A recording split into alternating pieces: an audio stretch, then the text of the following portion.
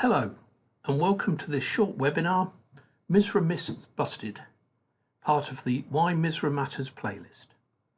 I'm Andrew Banks, Technical Specialist at LDRA.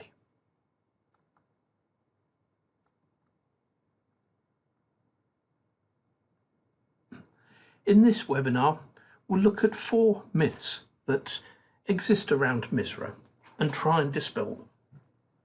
Firstly, the big one. MISRA is all about automotive. Hopefully this has mostly been busted, but there is still a little bit around.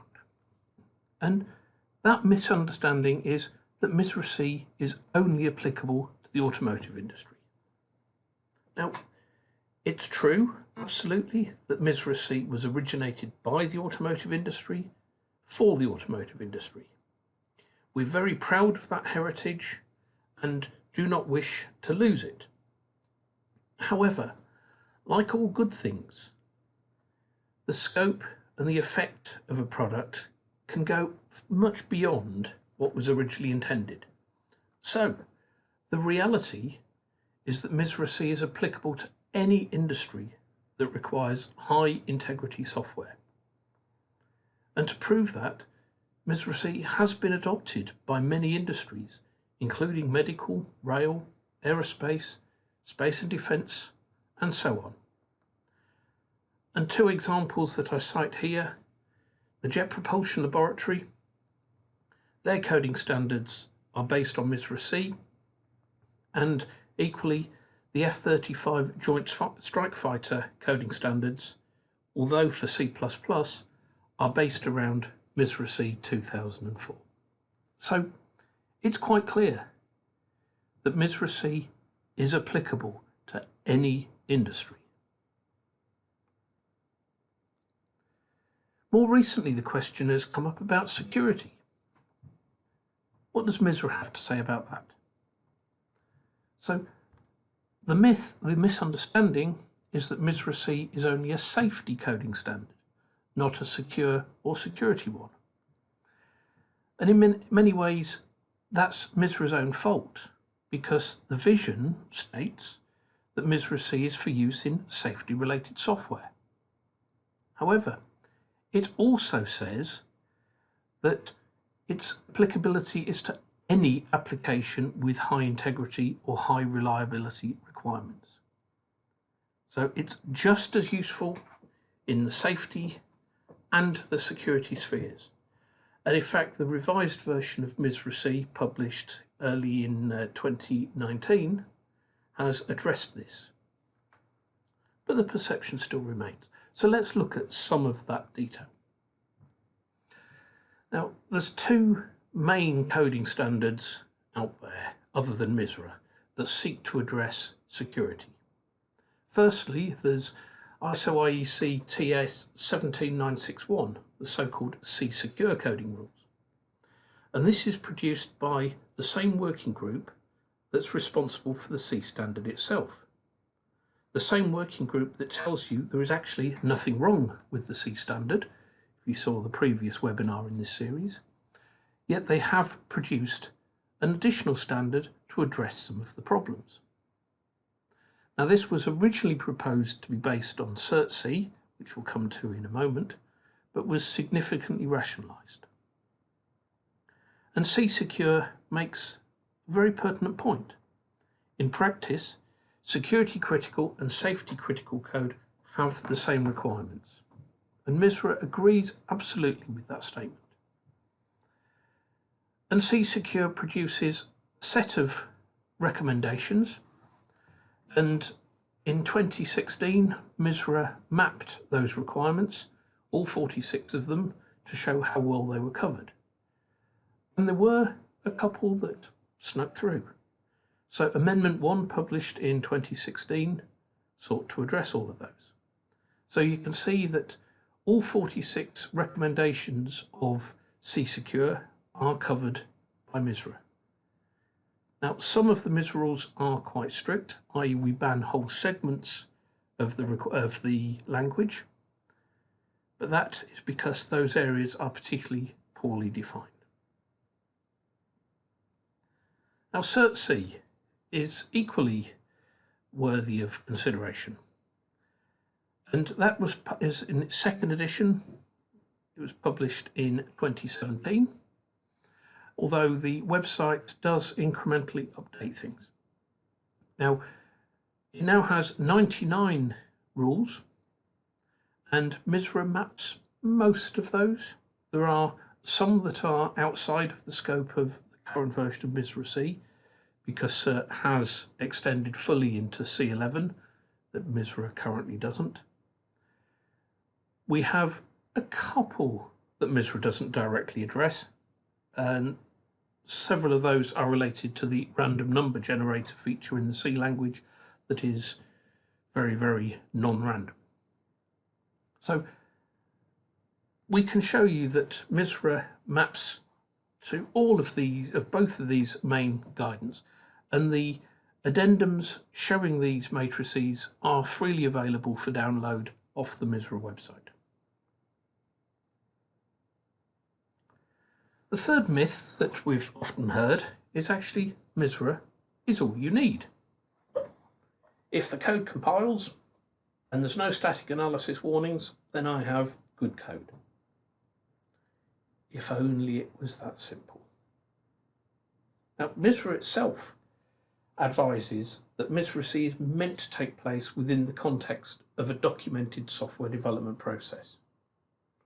And it cites, for example, ISO 12207 or ISO 26262, or more generically 61508.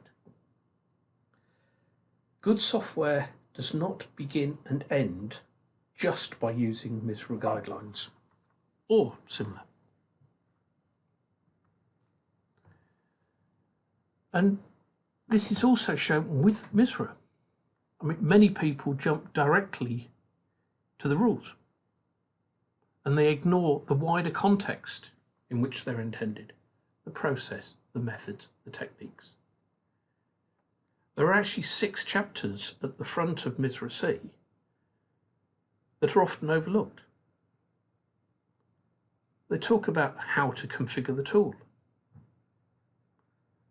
what additional process is required, compliance, how to deviate. Static analysis tools are frequently used, but only by managers who want to tick the box. Yeah, we've done some static analysis. We've shut up a lot of the rules, and we've bodged our code to keep the checker happy. This is particularly a case of some of the rules that are considered picky, and that's because people don't actually understand the rationale. So where does MISRA fit in? At the ISO level, we have 2 main standards. We have 15288, the system development lifecycle, and we have 12207, the software development lifecycle. Historically, this was very much framed around a waterfall and then the V model, but now they specify the principles that you need to do, not specify a lifecycle. So Agile is just as applicable. And they link to your safety standards or your security standards or whichever. They also link to a process assessment model, often known as SPICE. And they link out to your software and your wider quality assurance requirements.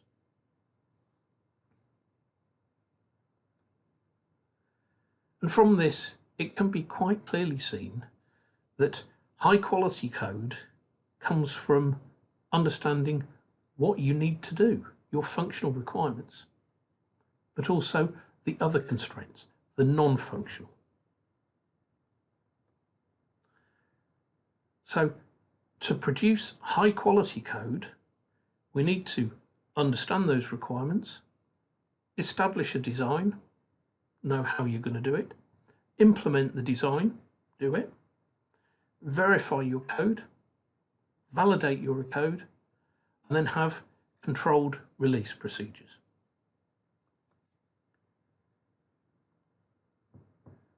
This diagram shows the V model, but as I say, it doesn't have to be a V model.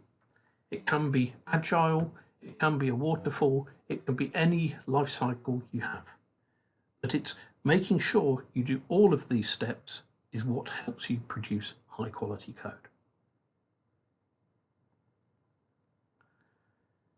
The final myth that I'll deal with today we'll just touch on, and that is I can just ignore the advisories. Now, unfortunately, this is perhaps the biggest MISRA myth there is today. Can I simply ignore the advisory guidelines? And the answer is no, you can't. However, MISRA compliance does provide you with a mechanism to disapply in a formal, controlled way an advisory guideline. We have the guideline reclassification plan. And I will touch on this more in a MISRA compliance webinar. But the simple summary of this is you cannot just ignore the advisory guidelines. They are there for good reasons. So, in summary, this short video, MISRA C and of course MISRA C++ are widely respected as a safety-related coding standard, but are equally applicable as a security-related coding standard, and are appropriate for use in all high integrity and high reliability environments, but only as part of a properly defined software development lifecycle. MISRA C and MISRA C++ have evolved from a pure automotive standard into a pan-industry standard, where they have been adopted by the main big leading players and the smaller companies. But MISRA C and C++ won't stand still. They will continue to evolve as new editions of the standards are produced and to seek to address other constraints as they become identified. And the working groups welcome feedback from all users. If you have any questions on any of the material in this video, or you require more information, particularly about how to implement these within your project, please contact LDRA by any of the social media channels or through info@ldra.com. Thank you very much. I hope you found this interesting, and please follow and subscribe to the channel.